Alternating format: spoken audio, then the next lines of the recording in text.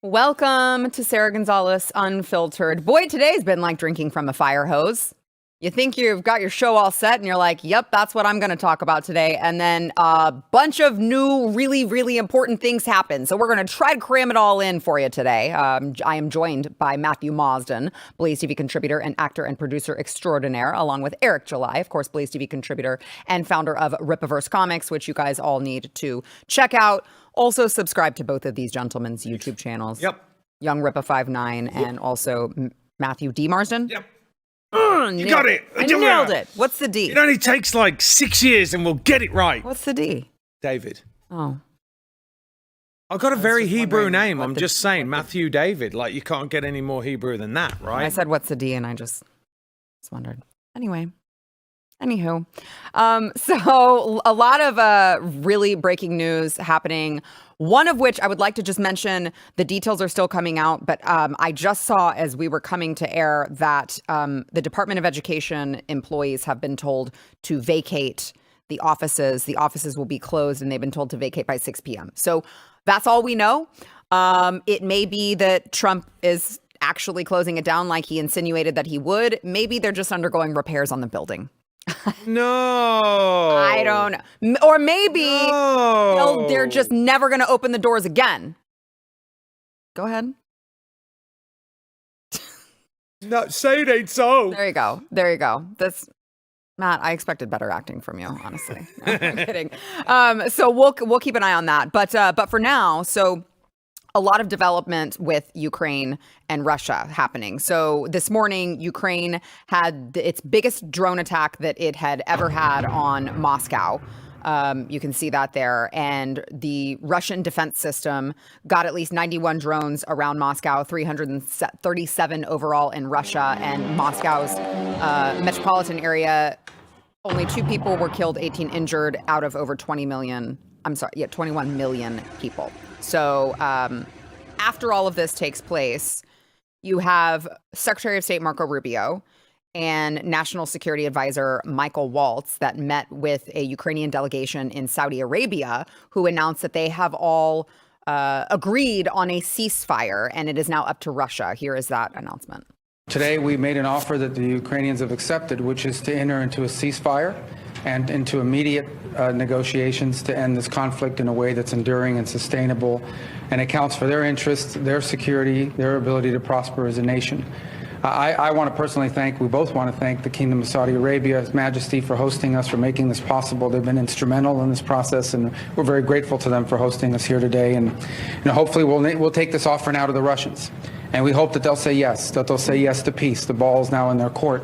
And but again, the president's objective here is, number one, above everything else, he wants the war to end. And I think today Ukraine has taken a concrete step in that regard. We hope the Russians will reciprocate. Now, this obviously comes just weeks off of the debacle that was Volodymyr Zelensky's trip to the White House to meet with President Trump. They were trying to meet to finalize this mineral resources agreement, and it was quite the scene. If you guys recall, I want to let's just remember a little bit. Let's play some of this conversation between Zelensky, President Trump, and Vice President J.D. Vance. Watch. I'm talking about the kind of diplomacy that's going to end the destruction of your country. Yes, but if you are not Mr. President, with respect, I think it's disrespectful for you to come into the Oval Office and try to litigate this in front of the American media. Right now, you guys are going around and forcing conscripts to the front lines because you have manpower Zelensky interrupting. You should be thanking the president for trying to bring it into this conflict. Have you ever been to Ukraine that you say what problems we have? I have been to. Bro, you're in war. I've actually watched. I think and we can seen agree you have the problems. Stories, and I know what happens is you bring them on a propaganda tour, Mr. President. So masterful. Do you disagree that you've had problems? Bringing people into your military? We have problems. And do you think that it's respectful to come to the Oval Office of the United States of America and attack the administration that is trying to prevent the destruction of your country? A lot of questions. Let's start from the beginning. Sure. First of all, during the war, everybody has problems. Even you, but you have nice ocean and don't feel now, but you will feel it in the future. God bless. You don't know that. God bless. You don't know that. Daddy Don't steps tell us in. what we're going to feel.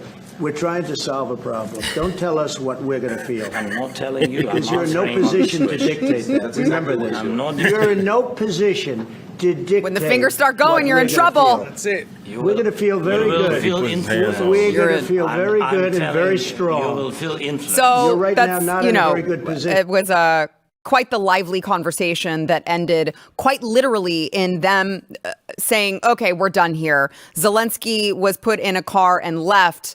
And they literally just left his lunch. It was like my favorite part of all of Literally it. ate his lunch for him. They literally ate his lunch. Fox News went on air and was like, we're told that staffers will be eating his lunch now, which was so great. So that just happened February 28th. And it was March 4th when Zelensky issued an apology to the United States. He said, I would like to reiterate Ukraine's commitment to peace.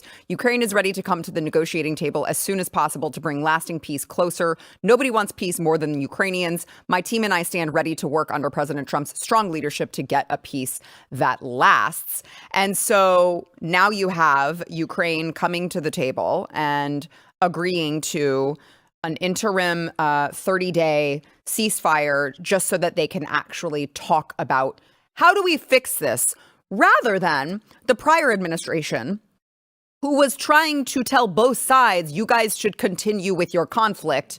Don't sign any negotiation. You shouldn't do that. We'll just fund you forever and ever. Now that the adults are actually back in charge, Donald Trump. Now, as much as I hate that we are ending the pause on military aid now, which was our part of it, is that we're now ending that pause that we had on military aid and saying we will start sharing intelligence with Ukraine again. We will be sharing military aid with you guys again. But in exchange for that, you need to do an immediate interim 30-day ceasefire to actually work on some sort of a peaceful agreement. So again, I don't like giving money or aid to like any of y'all. If you're American, you're fine. But I understand that there are certain, moves that you need to use when negotiating. And obviously the idea is if we can just fix this, then the military aid drastically reduces in and of itself. So here we are, and now it's up to Russia to determine the path forward. And they have been, by the way, very warned by President Trump that they need to be looking at peace as well, which is honestly, if I'm Putin, I'm ready to negotiate too. This isn't good for anybody. And part of the negotiation is going to have to include, Ukraine is going to have to understand that they are going to have to give up some of their territory. Like that's part of the negotiation. So if I'm Putin, I'm like, yeah, I'm looking for a way out also. So we'll see. But now the ball is in Russia's court. Look, I mean, all this, they had an opportunity in the Oval Office meeting that everyone could win. Glenn did a great breakdown on this, on how it could make everyone look good. And Zelensky basically torpedoed it, didn't he? Yeah. So, and don't forget, he says there won't be a ceasefire in that conversation. He said he wouldn't. So what you're dealing with, again, it's Trump being the elder statesman of everybody, actually, considering, if you remember 5 seconds ago, everyone was saying that Trump would get us into war. Everyone was, even though it was illogical because he actually stopped the wars and there were no new wars under Trump. But everyone kept saying that, and he's become the peacemaker. And don't forget as well, Sarah, he's saying about giving money to them. 5 seconds ago, Europe said, we don't need the USA. We don't need them. We can do it by ourselves. And they did it in some kind of like act of defiance when actually all of us were going, right, like, that's great. We don't want you to need us. Like, you go ahead and fund more. And don't forget, they've all committed more money, which means now we don't have to give them as much. But it also shows you that finally the USA is using what it has. It has the biggest stick. It just does. So 2 days after Trump, or however many days it was, Trump turns around and says, all right, you don't need us. You're going to be petulant to us. No information, right? We're not sharing it. And then everyone's like, hold on. You've got to do that. You've got to do that. And he's like, no, you just told us 5 seconds ago you don't need us. Carry on. Yep. Carry on. So he just shut, and I've said this, maintain this over and over and over. Nobody is anywhere close to as strong as the United States militarily. I don't think people truly get this into their brains about how much above even China the USA is. You're not wrong.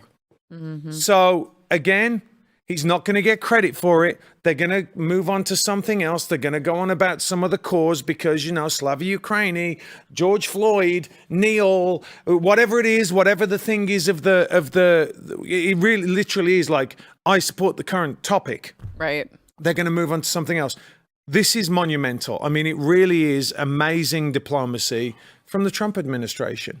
It just is. It's fantastic. Which, again, and I want to hear your thoughts, Eric, but I would just like to reiterate your point. We saw that in the first term of the Trump administration with the Abraham Accords. I mean, he has a track record of helping with these types of things. So to insinuate that somehow, it's like, oh my gosh, Donald Trump's going to get us into World War III. Oh my gosh, Donald, imagine this man having access to the nuclear codes. I don't know. He has a pretty good track record of being a pretty good negotiator when it comes to peace around the world, not just with the United States. So I'm going to go ahead and let him do it. Yeah, it'll be interesting to see what the results are going to be of this, especially when you have Rubio basically, coming out being pretty firm that the ball is in their court, which is interesting. I haven't really heard that sort of language being utilized by the United States military or any of their representatives to basically say, go beyond just, okay, we're trying to negotiate. It's essentially saying we've done what we needed to do. They've agreed to this thing. Now it's on you, and we hope you come to the table as well with this agreement. Where things get interesting, and it's always a wild card when you're dealing with another party, right? United States effectively, I want to say, controls Ukraine. That probably will get people a lot more frustrated on this show going down that rabbit hole. But what I will say is that, they have more of control of them than they do, let's say, the Russians, okay? They get to play ball if they want to play ball. That's kind of how it works. Russia has suffered its own economic sort of issues, right? Between all their sanctions and all the stuff that's happening with the other countries, though a lot of them are still, oddly enough, buying oil from them. So it's not like it's absolutely obliterating them or anything like that. What I want to know is what happens if Putin says, no. Right. So I get it.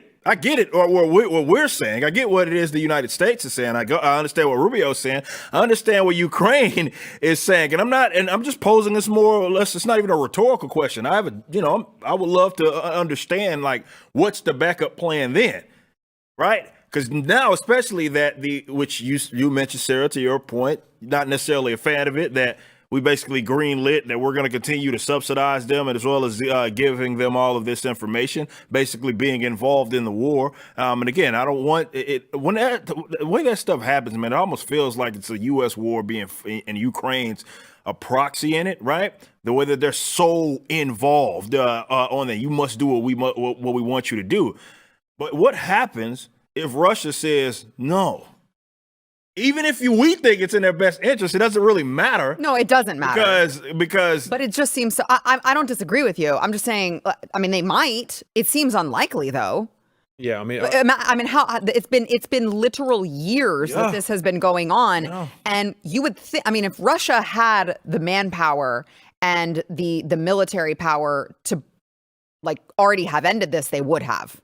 You're not wrong. Right. So it's like, how many more people on both sides need to die? It just, I don't disagree with what you're saying. I just don't find that to be, I don't think that, like, it's not likely. Okay. I think, I mean, I'm not a foreign expert. I don't know. Do you know why I think it's not likely? I mean, of course, it's interesting to pose the question, right? Like, but what happens if, right? Because he's a foreign expert. I am a foreign expert. He played a military guy in a movie once. Yeah, yeah. I think the reason why it's unlikely is because I genuinely think that Trump wants a relationship with Russia, and I think this is a lot bigger. I know it sounds silly to say it's a lot bigger than the relationship or what's going on with Ukraine, because really, I mean, it doesn't really affect us. Let's face it. I mean, I don't think we should have been involved at all. I've said it over and over that I think that they're the most, and they were the most corrupt country in Europe anyway. But I'd say it's had a lot to do with it, though. They yes. a lot. So that's why I think Trump is the kind of guy that would say to Putin, listen, we've been messing with you guys, right? It wasn't me, right? You've seen what I'm dealing with. We have a lot in common, which we do. And it drives me bonkers where people keep going, it's the USSR, it's Russia. They're not communists. I'm not saying that Putin isn't a bad guy. Like, I'm not saying anything like that. Putin has done a lot of bad things. He also has a lot of things right.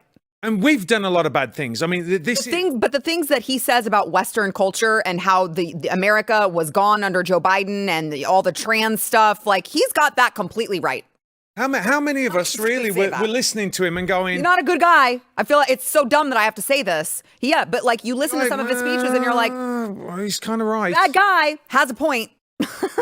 Just saying. And by the way, who is a good guy? Like, who are you? There are no good guys in this conflict. You know, there's not. And I mean, you know, we have to turn. I mean, there are grades, right? But if you're looking at what the USA has been doing through USAID and undermining countries morally, right, with the trans this and the this and the that, like, it's very difficult for us. And I think that what Trump is looking at, he's really looking at a proper reset now. He's saying, hang on a second, right? We have a lot more in common. You have a lot more in common with us than you do China. That's just a fact. And he said it from the beginning. You know, nobody said anything about China, right? Nobody's talking about China. But Trump has known from, China. Trump has known from the beginning when he came in that China was the enemy, right? So why not? You've got to make these deals. This is practical. Like, we're stuck in this like Cold War mentality. Yeah. And the fact is it's we don't need to do that. We need to start being mature. Look at the way things are now and go, okay, it's okay to rewrite the alliances. It's okay to do. For example, I wouldn't side with Europe right now. I think Europe is an actual enemy of the United States. They've been trying to undermine us here, there, and everywhere. They might say, oh, no, we're not. Well, hang on a minute. Look at the way you just spoke. You took the side of Zelensky when he was clearly rude. And I don't understand how anyone can watch that conversation and think that it wasn't inappropriate from his side. Europe is, apart from Italy right now and Hungary, they're a problem. They've been overtaken by leftists. It's a massive problem. The UK is a problem. Yeah. So I don't mind looking around and going, well, hang on a minute. Who really does want America first? Because it ain't Europe. Yeah, well, yeah, that's true. I mean, they'd have to get off of our teat long enough to... Well, it took them 4 days, didn't it? We don't need you. Actually, we do need your intelligence. Like I said, we got to utilize that. And we've been apologizing for being excellent for too long. Yeah, I think if you would couple that approach with being, it's not an isolationist approach. And I think that unfortunately people kind of misspeak when they say that's what it is, when you don't want to really just be funding a bunch of countries and being involved in their wars or being and fighting their conflicts, right? They point, that's what they call Ron Paul for I don't know how long. Oh, you're isolationist, isolation, when he's just saying, no, we should not be fighting all of these wars. Now, the USA AIDS deal was kind of crazy because it put a spotlight on how involved the American government is in funding these efforts to try to undermine the morals and ethics of other countries. And again, another thing that OG Ron would talk about a lot when he's like, these guys hate us, but has anybody considered why? Right? It's easy for us to be because we're surrounded by what we're surrounded by. We love each other. It's like, how could you possibly hate us? But then when you look at all of what the United States government, especially with this foreign involvement, and what they've attempted to do, right? There's this blowback issue where it's like, I get it from their perspective. It's not to say who's right or wrong. It's just that from their perspective, that's what they see, right? Yep. So, of course, they may feel negatively about what the American government is doing. Like, why on earth are you fighting these, like trying to force your set of ethics? And it's not even our set of ethics and morals. It's like, it's a bullshit onto all of these people with this like gender ideology and all that. Why are you subsidizing that stuff in all of these other countries, essentially trying to force them to agree with you on these particular subjects, right? So if the American government can couple that like with that, like, okay, we're going to stop doing that, while also understanding to your what you're saying, look, okay, this can be a realignment of who the allies actually are and what actually we're allies in regards to. In what way? Yeah, that's what exactly. In what way, right? How far does that extend? Yeah. Right. We don't have to be best friends. Yeah. I don't have to agree with everything that you do, but we also don't have to be enemies. Exactly. And that's I don't disagree with you there. We may get people who are like, how dare you say that about Russia? Vladimir Putin is the worst person ever. Okay, but like there's a certain level of diplomacy that you have to have when dealing with literally the rest of the world, that you can't just say, you don't do exactly what I want you to, therefore you're my enemy. Like when the government tries to over like with Gaddafi and all of what's happening in Africa, we've seen it, what it looks like when you're like, oh, that guy's a terrible person. We should go get rid of him. You see what happens. We've already had way too many examples of that. It's not as black and white as, well, they don't share our set of morals or values or anything. Exactly right. Did Biden didn't represent me? Well, that's a good point. Well, that's what we're seeing. Yeah, exactly. That's what we saw in November, is that no, Joe Biden didn't either. I mean, they were trying to achieve this globalist, I know it's like you're not allowed to say the Great Reset, except like they said it themselves on their own website. So I'm just going to go ahead and say it. They wanted this globalism, they wanted a Great Reset where all of the, like Europe and the United States and all of these countries were aligned and acted in conjunction with one another in lockstep. And that's just not what Americans want, it turns out. So obviously we'll stay abreast of the situation and whether or not Russia decides to agree to this, ceasefire and then, of course, negotiation after. So let's go ahead and take a quick break. And then, gosh, we're like all on the foreign train now. Let's talk about Canada. What's going on with Canada? After Why we always laugh? Let's talk about Canada. You're so cute. You're so adorable. Our 51st state. I want to pinch your cheekies. But first, I want to tell you guys, make sure that you're subscribed to YouTube. Like this, hit the thumbs up. You can gently tap it. You can smash it if you want. However you like it, we'll take it. And comment. It'll help us out in the algorithm, which we all know is stacked against us. But also, we want to thank our sponsor, Jace Medical. So the Jace case is there for those of you guys who need to be prepared in an emergency, which is quite literally everyone. Everyone should be prepared in case of an emergency. And the whole point is that you hope that you don't need it. But if you need it and you don't have it, you're screwed.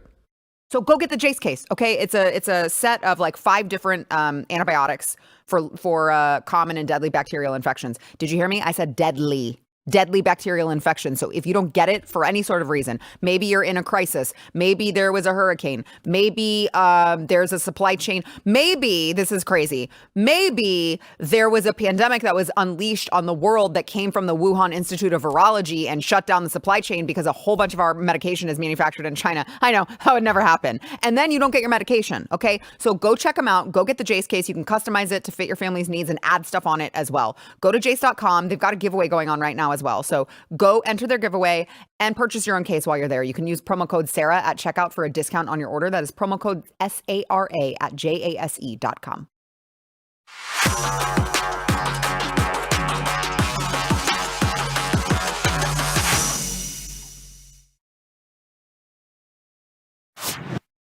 So we have another, I don't know, like a war going on with Canada over whether or not Canada is going to come to the table with us or not.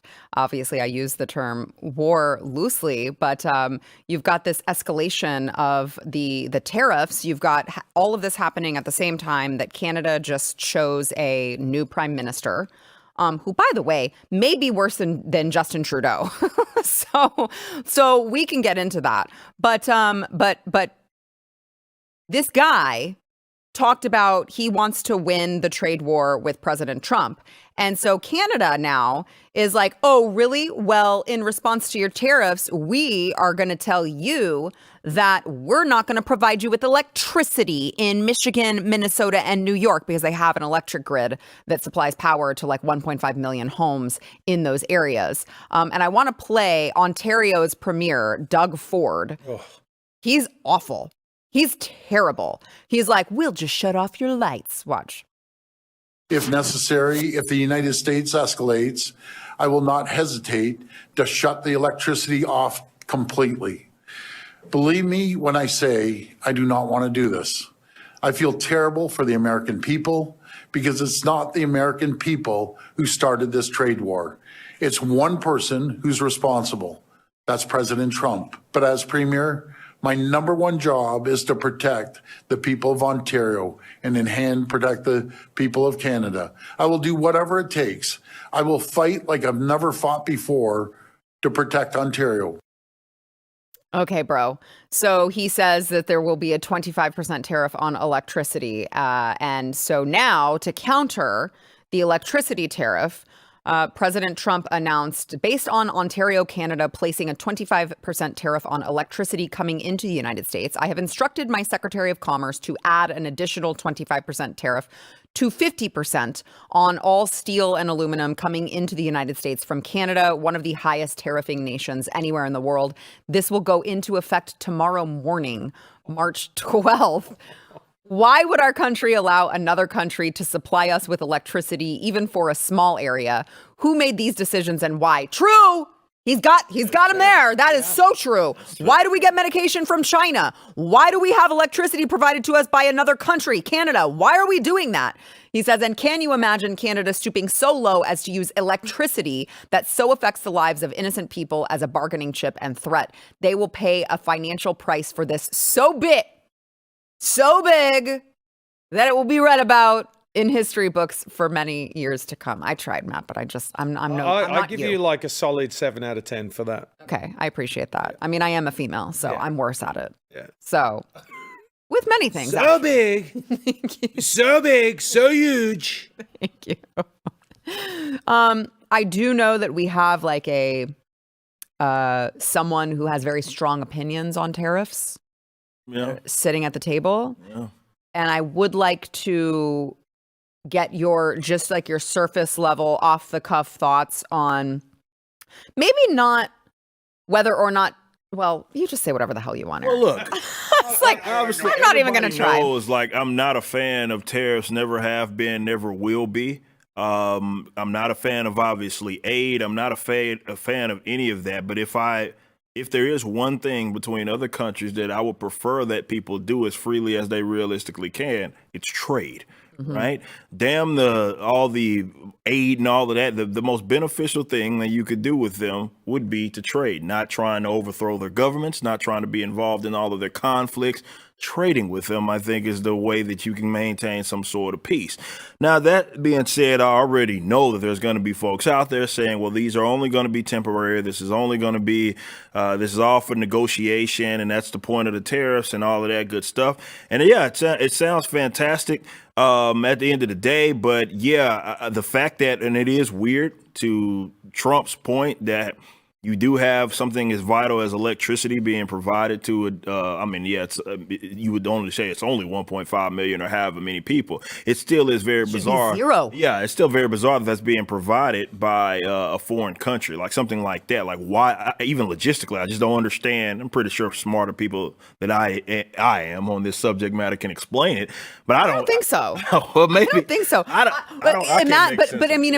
Imagine a justifiable excuse for allowing another country to take primary responsibility for electricity for your people. That's a pretty vital thing. Like, it's not like you're trading, I don't know, rice or something like that. Electricity. Right. That's what I'm saying. That's a little bizarre. Not a little bizarre. It's a lot of bizarre. And these are climates where like you need electricity, especially out there, and heat and all, right. So. No, I don't understand that part at all. Look, this tariff thing doesn't seem like it's going to go away at all. And it's going to apply to, it's not just a Canada thing. I would say the tariff thing really, I don't want to say Canada's a paper tiger because yes, there is steel stuff. There's the paper thing as well that they do trade a lot with American companies on. So I'm not going to say that it's nothing, right?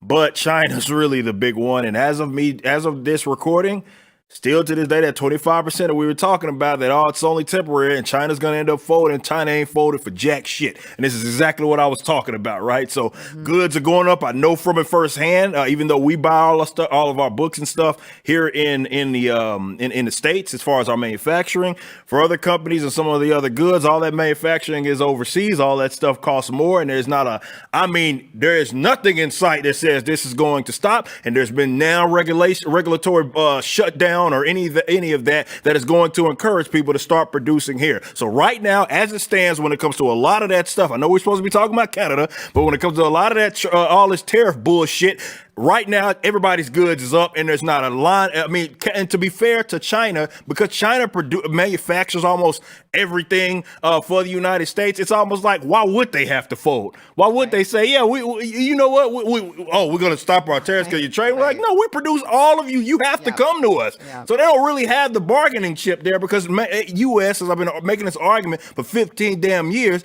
the U.S. does not have any sort of like manufacturing infrastructure, and the government is kneecapping them along the way and really making it illegal for them to produce that. And I'm not talking about simply with labor. I'm talking about strictly on regulations, right? Strictly on regulations where they make it, you can import it. Like, how much sense does that make, Sarah, when it comes to like certain goods, especially like in the toy market? Why can't you import the good, but you can't make it here because it's illegal, because it has X amount of lead? And I'm not saying that those laws are bullshit. I'm just saying it doesn't make any sense that you can import it, but you can import it, but you can't make it here, right? And that stuff's been happening since the late 70s, and that's why China. If it's too dangerous, we shouldn't be able to import it. Right, exactly. It doesn't make any sense, right? So that's the frustration that I have. I know other people are gonna say that, well, they're just trying to negotiate. There is not anything, an end in sight when it comes to the real big dog in this, and that's China. And I don't know what's going to happen with Canada. In fact, what I will say, not saying that what they're doing is good, but when you hear the language is really weird. It's starting to shift with Canada, where they're more so trying to seemingly to prioritize their own issues than which I'm all for. Yeah. I'm all for that. I'm like, if you want to like. Is that not what people are trying to ask of their own government here? Right? So I can't get too mad at them being like, no, we're going to prioritize our people over yours at the end of the day. But I do think this tariff stuff is lousy. And look, I hope that at some point they start negotiating so this stupid stuff can stop. But as I've said, China really is the one that I worry the most about. I'm just talking about Canada just for the sake of this segment, because really it's China that's the problem when it comes to this manufacturing. Yeah. Eric's like, screw Canada. I'm talking about. I'm like, excuse me. No, shout out Canada. No, I got a lot of fans out there in Canada. We know we work. No, he likes you. Yeah, there's nothing wrong with the Canadian people or anything like that. I mean, your leaders kind of suck. They're pretty gay and retarded. I will say that. I'm sure you guys are. You guys, if you're watching this, you're lovely people. Yeah. And I do love your accent. It's very cute. Hey. I think there's a bigger thing going on here, actually. I think there's a much bigger play going on, which is the American people have been used and abused for years. They don't know, because it's so sprawling. Now we're seeing the abuse on so many different levels. By the way, it's remarkable that America has still been successful, considering how we've been sold out by our politicians. Part of this is how many pork belly bills they push through with all this shit in that nobody gets to see. That's why I think you should be able to have it on one. Each bill should be every single time. Every single one on one sheet of paper. That's it. Like, if you can't do it on that, it shouldn't go through, right? But what you're seeing here is what Trump is highlighting. Okay, Europe's taken advantage of us. Why? Like, and they hate us, actually. They don't like us, but they'll take our money. Oh, Canada's they're lovely, right? Oh, pretend when you're abroad that you're Canadian, they won't hate you. Well, the truth of the matter is the Canadians hate you, because you don't turn around to me, Doug Ford, and say, oh, I'm really sorry that I'm doing this to the American, but don't. Yeah. Because you guys have been putting a 200% tax tariff on milk. So why are we sitting there going, okay, well, that's okay. You can rape us basically that way. And I think that what Trump is doing bit by bit, and listen, it's a really bold strategy, right, to do it. But he's saying, look, they're us here, they're us there, they're doing this, they're doing that, they're smiling, and then when we actually come back and look after the American people, all of a sudden they're doing this. Like, they're not our friends. I'm sorry. The Canadian government is not the friend of the United States. Don't forget where this all started. Can you please stop the shipping of fentanyl across the border? That's where all this started. And they were like, don't be telling us what to do. And all Trump said was, if you don't do it, I'm going to tariff you. Yeah. And they were like, do it. Yeah. And so I'm like, this is the whole mentality, is that the American people have been drained for a long time. And I think it's going to be really painful. It is going to be painful. But eventually, Eric, to your point, why does the lone superpower in the world really, why don't we produce our own electricity? Yeah, why is our grid antiquated? If there was an EMP, we're done. China has their grid's been foolproofed and it's been protected from an EMP. So has Russia's. Ours hasn't. And also, why don't we produce our own medication? Why not? Why don't we do our own toys? Why do we allow our enemy you can't to do you that? don't make your own toys. It doesn't make sense. Nothing makes sense. Like, again, like, if you really want to go down a rabbit hole, that's going to force people to have to look to their own government to understand that they are the enemy of yourself. And this is why I don't like, and it's not to say that I don't like, I get it, and it's easy to point to because it's so easily identifiable to point to the Russias and the Chinas and all these different guys who are like maybe, have negative outlooks or perspectives of the American people. Your government hates you, and they're the ones that actually you feel it more than what you feel it there. That really needs to be the conversation. Yeah, I agree. All right, we've got to take another quick break, and then we'll be back with more. I told you guys we have a lot to go through still. We're going to try our best to get to it. Want to thank our sponsor first, Relief Factor. So Relief Factor is there for those of you who live in constant pain. If you don't like it, which, hey, Steven, I think I realized what your problem is. What? You haven't been taking Relief Factor. Maybe you're right. He's reached the age where things just hurt. Actually, we were on vacation and he was on a very uncomfortable pull-out bed, and we got back and he's like, my back is killing me. So you need to take Relief Factor when we get home. It's an all-natural anti-inflammatory, and it gets to the root cause of what the pain is in your body. If it's neck pain, knee pain, back pain, whatever the case may be, it's inflammation that's typically causing it. So try their 3-week quick start. You see it right there. Isn't that cute? They've got like all the anti-inflammatory fruits there. I'm not sure that it has avocado in it, but the point is it's a very, very potent anti-inflammatory, and you've got a guarantee. They've got a guarantee that it's going to work. So you've got nothing to lose except your pain. Go get it at relieffactor.com. That is relieffactor.com.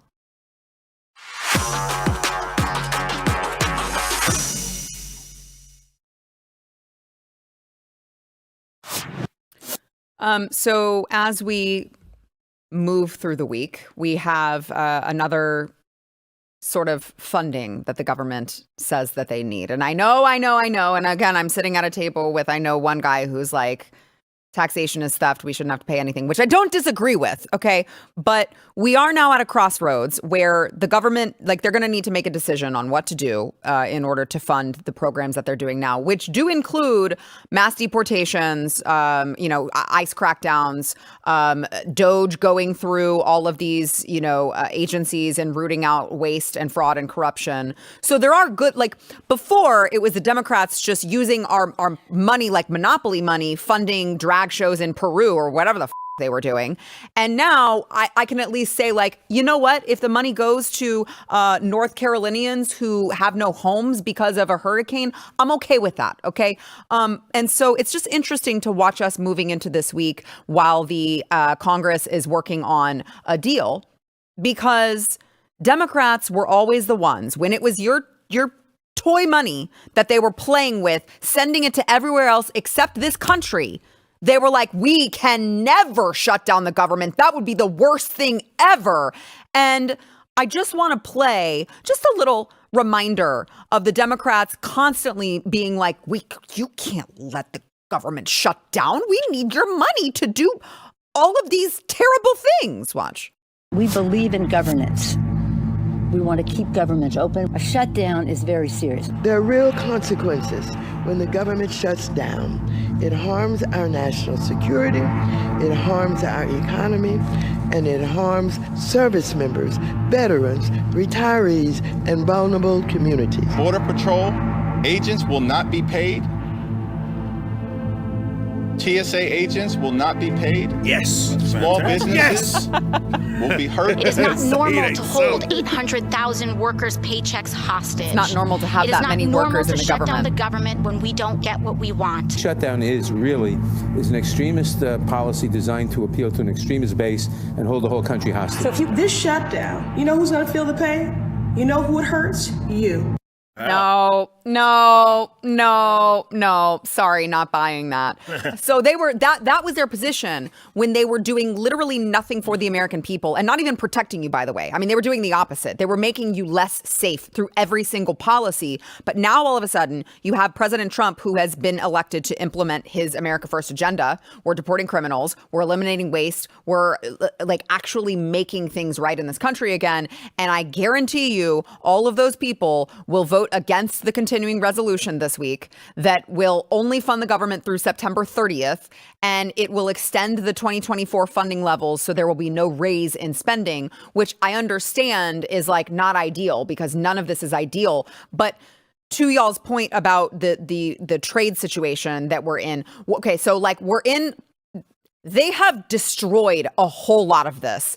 And I'm not sure how it gets better without a little bit of like, this is a game that like you have to maneuver just right in order to get the system back where we need it. And so for me, I'm like, listen, if we can just continue and where there's no raise in spending and we can like keep doing the good work that he's done, you're kind of hamstringing him to not allow him to do that because this is going to take a little bit of money. And to y'all's point about the tariffs, it might get worse before it gets better, but we definitely need change. And maybe this is the first part of that. So it'll be interesting to see how this plays out, but watch, all of those people that you just saw, all of those Democrats are going to vote to shut the government down because they have absolutely no morals and values. None. Absolutely none. I'm going to go first. I'm going to take a while. So.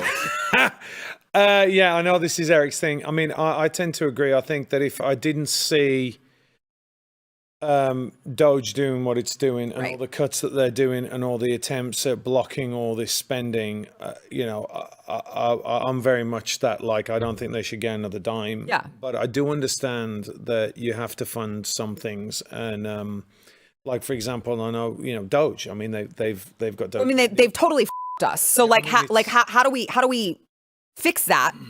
Yeah. But I do think I would like to see them in some way, shape or form have such a drastic reduction in income tax or give us some kind of tax relief. Like, I think you should, I know people say, well, it's a states thing. I think it's just property tax shouldn't be a thing. I mean, that is just absolutely abhorrent. I think they should immediately imagine what it would do for Texans today if they turned around and said, I don't care, no more property tax. And Abbott says this all the time, and I know people go, well, it's got to go to the Texas legislature. Don't even get me on that shit show there. Well, we can't because we don't have time. I know, but so just there needs to be some offset. We don't know what that is going to be. I'm willing to give them the benefit of the doubt because of what they're doing. If it was before, when you're like, I don't know what they're doing, they're not really cutting anything, I get it. Yeah. Eric, and I want to add into this, Eric, we've got 2.5 minutes? Mm-hmm. And President Trump is now calling out Thomas Massie, who I love. I don't think this is a good decision on President Trump's part. I think he's retarded. That's one of the most retarded. It's not a good decision. If you're part of primary Thomas Massie because which Thomas is the Massie dumbest shit ever. By the way, and I don't want to hear anything about these libertarian bullshit that I know a lot of people are going to say. Thomas Massie endorsed Donald Trump, so I'm not trying to hear any of that shit. He gave him that. That does not mean that he has to have this sort of allegiance to Donald Trump on this specific issue. Yep. I agree with everything with what you guys said. The problem is that that continuing resolution doesn't address any of that shit. None of the like actual cuts, let's say, that they talk about with this whole Doge thing is accounted for in that resolution. None. They're still going to continue to fund it, and that's what Massie was saying. He doesn't address it at all. And this is my frustration here, is that I understand why people will continue to say we got to kick the can down the road because later on we got to do it. I'm sorry. Trump's first term you agree with me, Sarah? He was utterly terrible. That was the thorn in his side. He was terrible on spending. And what was that? 2018 when he talked about when he passed that omnibus bill, and he's like, I will never sign another bill like this again. He did it again. He did it again, and he did it again.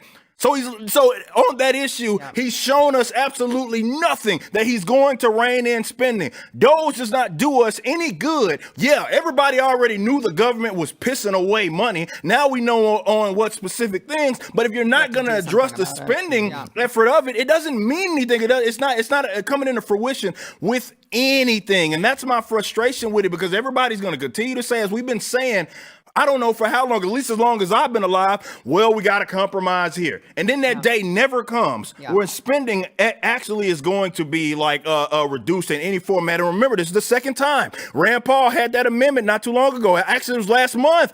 Last month, he had that amendment to that resolution where they wanted to, he was going to cut spending, or that amendment, if it got approved, $1.5 trillion less the government would have been spending. Well, guess what? The Republicans didn't vote for it.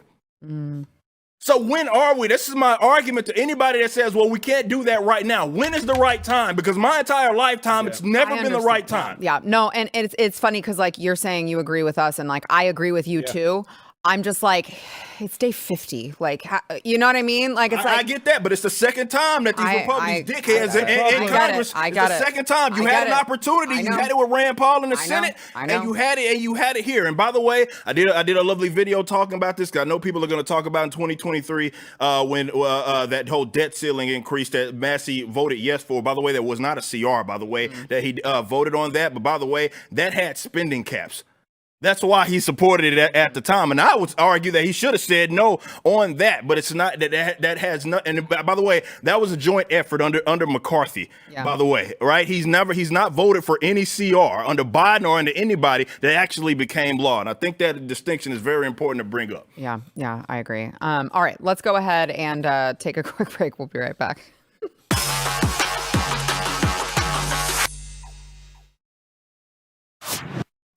All right, I'd like to, let's just finish this off with, I don't know, total retardation over at The View. You have Whoopi Goldberg, who recently was trying to justify men competing against women in sports, talking to Dylan Mulvaney, because apparently he's still a thing. He's still a thing. Watch. I think part of the problem that the trans community is facing, and it's the same problem that women face, is if you don't know anything about our bodies, you don't know how it works. So when you come in and you say, oh, you know, these are men, you know, competing against women. Yes. You're assuming that the women are weak and just can't do anything except be here. Have you seen female athletes? They know what they're doing. So I'm not sure what's going on or why this is an issue. Whoopi Goldberg is retarded. How do people still watch this shit? This isn't an assumption. It's called science, bitch. It's factual when it comes to sports, and everybody can look this up. I was a damn good one too, collegiate track and field athlete. My time that I have, still have the school record to this day at Texas A&M University, Corpus Christi, 100 meter. Go look it up. No woman has ran that fast. Flojo is the closest to me, and nobody's come near her. I ran faster than Flojo. So I guess if I put my wig on, dude, I would be the fastest female ever. All right, new project. All right, I'm in. Let's go.